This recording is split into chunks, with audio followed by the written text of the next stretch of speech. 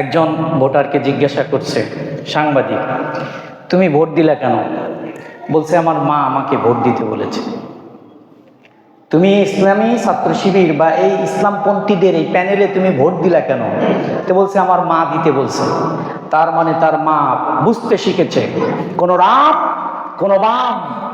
বামপন্থী, রামপন্থী, সেকুলারিজম কারোর কাছে বিশ্ববিদ্যালয়ে তাদের মেয়েরা নিরাপদ নয়। একমাত্র নিরাপদ হলো ইসলামী আন্দোলন যারা করে, ইসলাম দিয়ে যাদের চরিত্র গঠন করেছে, কোরআন দিয়ে যাদের চরিত্র গঠন করেছে, হাদিস দিয়ে যাদের চরিত্র গঠন করেছে, তাদের কাছেই আমাদের মেয়েরা, আমাদের দেশ, আমাদের সম্পদ নিরাপদ।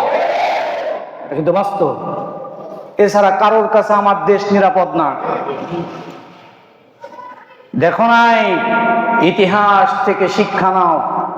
চ্যানেলটি সাবস্ক্রাইব করে আমাদের সঙ্গেই থাকুন। জাহাঙ্গীরনগর বিশ্ববিদ্যালয়ে আজান দেওয়া যেত না, সেখানে জিএস হয়েছে, অনেকগুলো পদে ইসলামপন্থীরা বিজয় লাভ করেছে। রাজশাহী বিশ্ববিদ্যালয়ে সেখানে ইসলামপন্থীদের বিজয় জয় জয়কার। চট্টগ্রাম বিশ্ববিদ্যালয়ে সেখানেও ইসলামপন্থীদের জয় জয়কার। সর্বশেষ দেখলাম জগন্নাথ বিশ্ববিদ্যালয়, ঠিক না? গত পরশু দিন এই জগন্নাথ নামটা মুসলমানের নাম না হিন্দুর নাম? 1848 সাল, কত সাল? 1848 সালে সেই সময়কার শাকারি বাজার, ঢাকার শাকারি বাজার, এই যে ভাইরা চিনি, সেই সময় ঢাকার শাকারি বাজারে 1848 সালে একজন হিন্দু কিশোরী লাল রায়, জমিদার কিশোরী লাল রায়, ওনার বাবার নাম ছিল জগন্নাথ। ওনার বাবার নামে এই শাকারি বাজারে একটা জগন্নাথ স্কুল করে। পরবর্তীতে 1868 সালে এটা কলেজে উত্তীর্ণ হয় এবং 2005 সালে এসে এটা বিশ্ববিদ্যালয়ে রূপান্তরিত হয়। জগন্নাথ এই নামটা শুনলে হিন্দুর নাম, ঠিক কিনা? আজকে হিন্দুদের তৈরি করা প্রতিষ্ঠানে সেখানেও ইসলামের পতাকা উড়ে গেছে ইনশাআল্লাহ। কোন বাধা দমন করতে পারেনি, মাথা নষ্ট হয়ে গেছে। আমরা মনে করেছিলাম এদেশের বাতিলের যেই ভীতি কম্পন, বাতিলের প্রতিপক্ষ বিপক্ষে যিনি হুঙ্কার দিয়েছিলেন বিগত দিনে, দেখেছিলাম নুরুল হক নূর, দেখছিলাম না?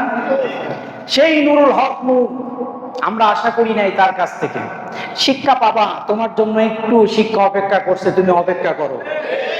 কিছুদিন আগেও তুমি গিয়েছিলে তোমার জন্মস্থানে, তোমাকে ঢুকতে দেওয়া হয় নাই, তুমি শিক্ষা নেও নাই, তুমি অপেক্ষা করো, তোমার জন্য জুতার বাড়ি অপেক্ষা করছে, একটু অপেক্ষা করো সামান্য।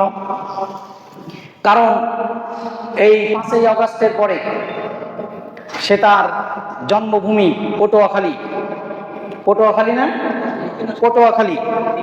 পটুয়াখালী 3, সেখানে তিনি গিয়েছিলেন, কিন্তু তাকে তার জন্মভূমিতে ঢুকতে দেওয়া হয় নাই। কারা ঢুকতে দেয় নাই? এখন যারা ক্ষমতায় না এসেও ক্ষমতার স্বাদ ভোগ করছে তারা। অথচ তুমি তাদের দলে ঐক্য জোট করে তুমি একটা আসন পাইয়া পটুয়াখালী থেকে নির্বাচন করবা, তোমার জন্য জুতার বাড়ি অপেক্ষা করছে, তুমি একটু ধৈর্য ধরো।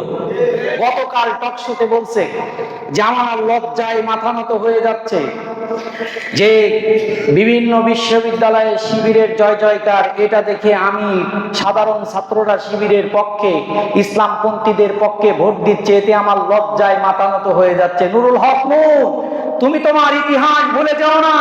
তুমি যে বিগত দিনে ঢাকা বিশ্ববিদ্যালয়ে ভিপি হয়েছিল, একমাত্র বাংলাদেশ ইসলামী ছাত্র শিবিরের কারণেই তুমি ভিপি হতে পেরেছিলা, তাহলে তোমার কপালে ওই দিন জুতার বাড়ি থাকতো।